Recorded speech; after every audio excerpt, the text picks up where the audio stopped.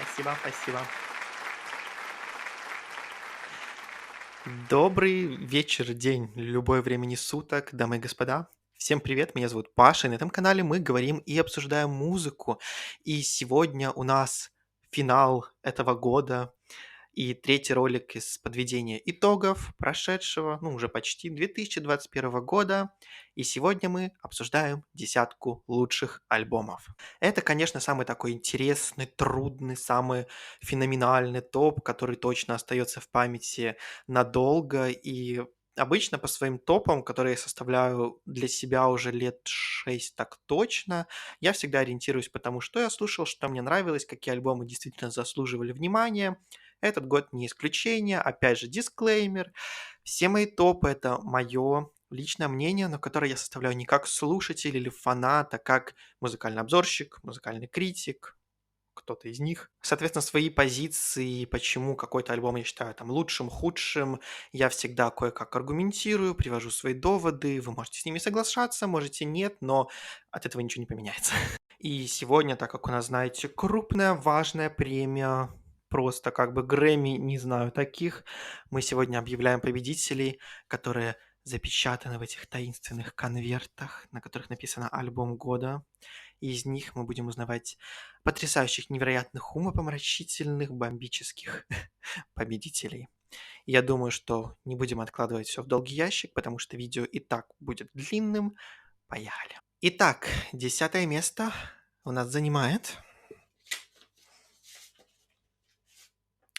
Лорд с альбомом Solar Power. Наверное, многие подумают, что это не самый очевидный выбор, и я понимаю позицию этих людей. Альбом Лорд получился очень другим. Но моя позиция и моя оценка этого альбома такова, что мне немного жаль людей, которые его не поняли. Потому что об этой пластинке можно сказать много, но ее уж точно никак нельзя назвать плохой, как посчитали многие, естественно, сравнив альбом с ее прошлой работой, с мелодрамой. И это, естественно, альбомы, которые, ну, небо и земля в каком-то плане, да.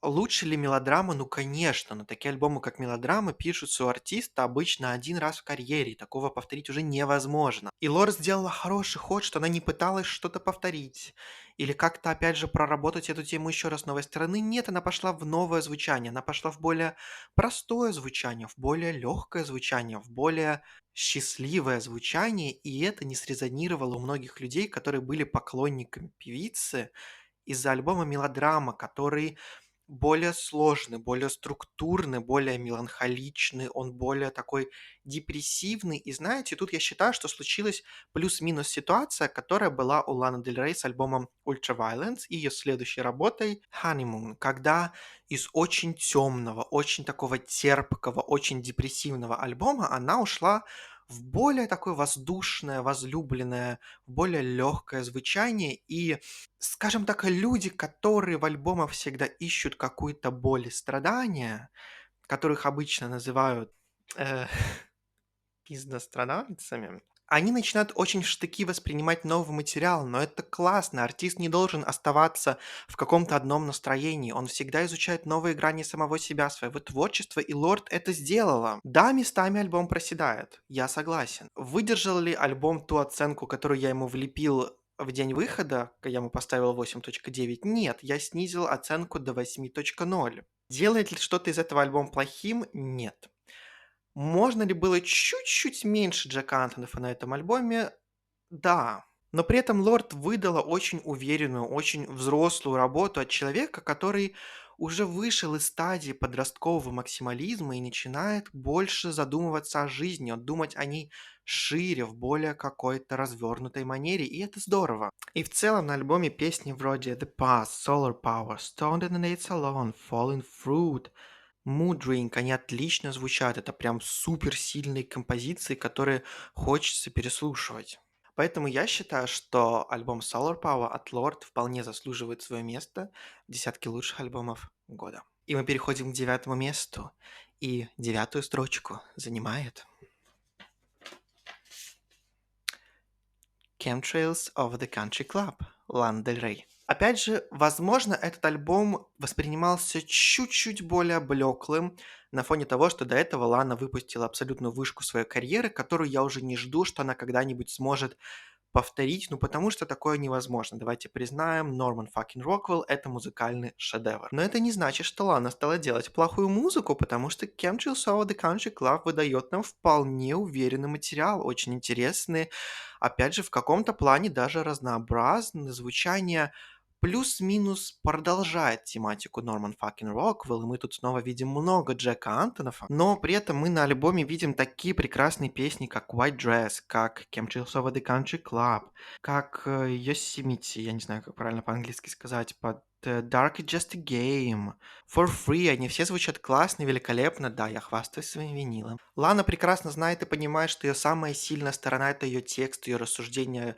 о жизни, какие-то новые понятия, которые она сама для себя открывает, и она в этом развивается, и у нее это выходит великолепно. И если для этого нужно, чтобы Джек Антонов снова написал довольно простые, не яркие, не притягивающие внимание аранжировки, то так тому и быть, альбом от этого не становится хуже. Поэтому поздравляем Лану, Chemtrails, 9 место. На 8 месте у нас, сейчас узнаем,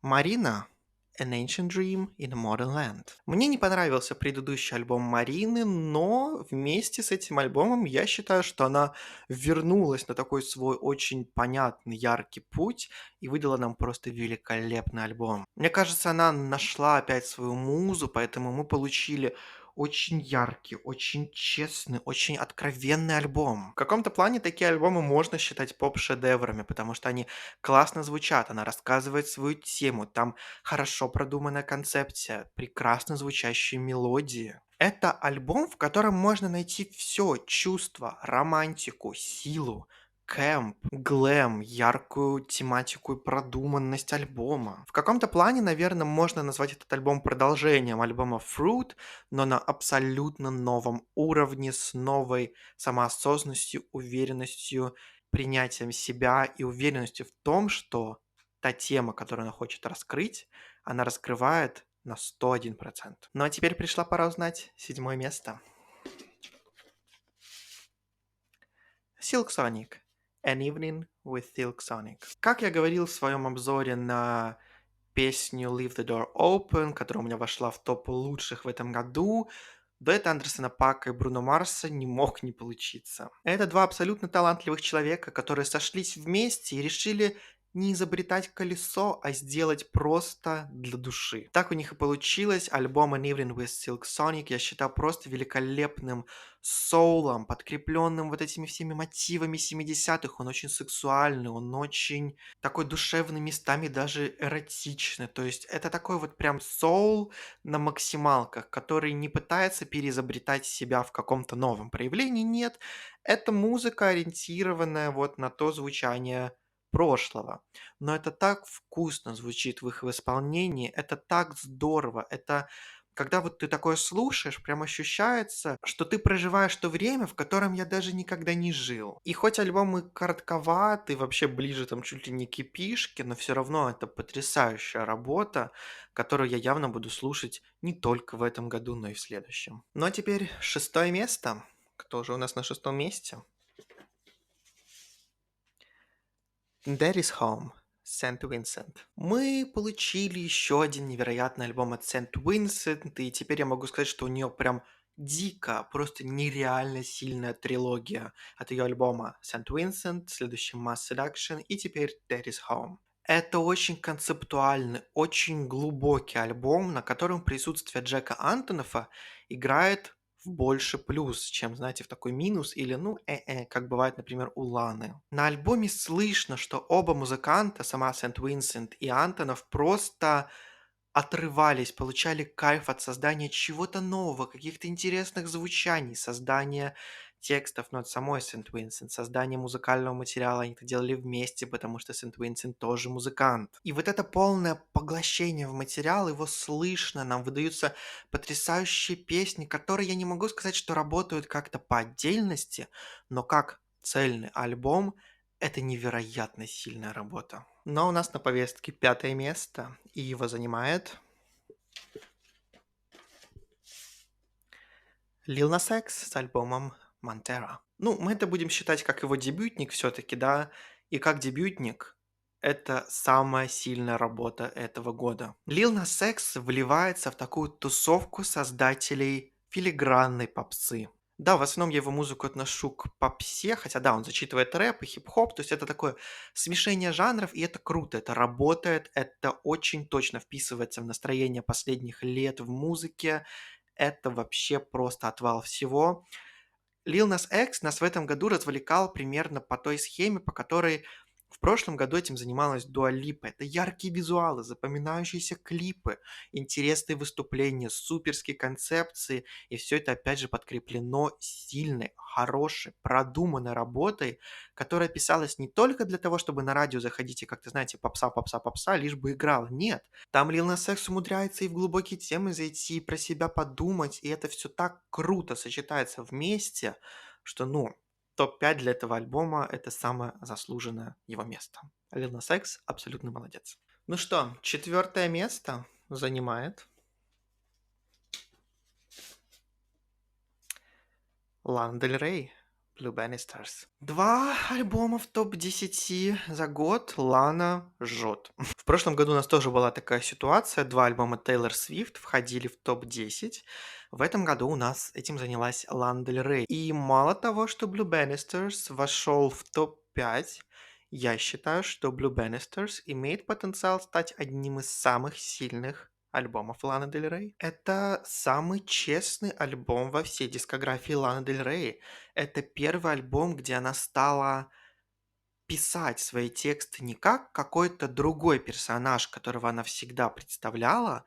Она стала писать эти тексты как Лана, как Элизабет Грант, как человек, который начинает более интимно входить в свою жизнь, рассказывать нам про свою семью, вплетать их в свое творчество, про какие-то свои личные мотивы, моменты из жизни, моменты из жизни вокруг, то есть там пандемия, протесты. Это все находит отражение в ее новом творчестве, и это здорово. А треки вроде Arcadia, Black Bathing Suit, Dealer, Wildflower Wildfire просто невероятные композиции, безумно сильные, и альбом, я считаю, имеет шансы в ближайшее время у меня лично войти в топ-3 лучших альбомов Ланы Дель Рей. Ну а мы тем временем подобрались к тройке лучших. Уже так быстро. И третье место занимает Kanye West, Donda. И я бы, наверное, тут сказал, что конкретно Donda Deluxe, а не стандартное издание Donda, но разница там небольшая.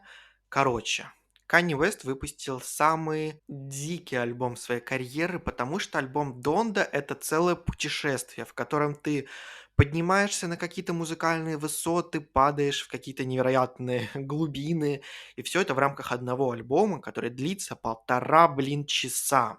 Но это все еще Канье Уэст, который, несмотря ни на какой хейт в его сторону, остается абсолютным музыкальным гением. И приступая к его работе, ты приступаешь к ней так, что он хотел этим сказать, какая у него была концепция и что у него получилось. Концепция тут ясна, концепция тут сильная, это работа, посвященная, естественно, его умершей матери. Получилось ли у него выдержать концепцию местами? Если из альбома выкинуть буквально 5 треков, это получился бы претендент, возможно, даже на первое место в моем топе. Но так как на альбоме есть треки, которые он вставил хрен знает зачем, и которые действительно портят его вид, это все-таки третье место. Но при этом Kanye West выдерживает сильную риторику, он знает, о чем он говорит, он знает, как он продюсирует треки, он знает, кого позвать и как выжать из них максимум. Поэтому тут, да, понятно, тут много коллабов, это ожидаемо, это нормально, но при этом тут эти коллабы работают на плюс, оттеняют самого Кани с хорошей стороны, помогают ему развить песню. Это не так, как, допустим, у альбома Дрейка Certified Lover Boy, где он позвал тоже кучу коллаборантов, и которые полностью затмили Дрейка, потому что он там на альбоме, ну, фактически был не нужен. Оставьте только тех, кого он на коллабы позвал, и они создали намного лучше альбом. Тут же Кани работает со своими людьми, которых он пригласил. У них получаются потрясающие песни вроде Jail, Off the Grid, Praise God, God Breathe on This, даже Hurricanes The Weeknd. Это все крутые треки на очень-очень высоком уровне. Даже трек Донда, который никто не понимал вообще зачем, если что, это первый трек на альбоме, можете включить, там просто девушка повторяет Донда, Донда, Донда, Донда, Донда. Это не просто так, это не какая-то там, знаете, вкид вроде как, типа, послушайте, ха-ха, говно, нет. Эта девушка повторяет Донда, Донда, Донда конкретно ровное количество раз и в таком темпе, как последние там, минуту билось сердце матери Канье Уэста перед ее смертью. То есть вот настолько он об этом думает. Поэтому, несмотря на то, что это альбом Кани, который, знаете, такой больше всех в разброс пошел, то есть тут есть много безумно крутых моментов, но при этом они немного отягощаются очень странными моментами, это все равно работает как концептуальный, интересный альбом, который займет прочную позицию в творчестве Канье Уэста. Поэтому третье место. И второе место у нас занимает интрига.